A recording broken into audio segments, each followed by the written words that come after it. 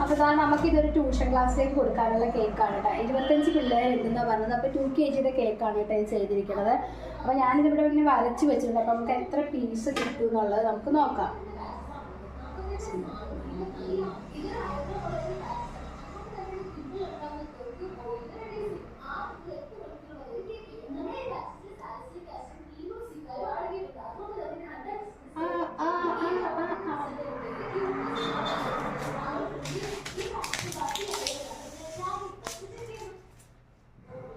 അതിങ്ങനെ ഇരുന്ന് കട്ട് ചെയ്യേണ്ടത്.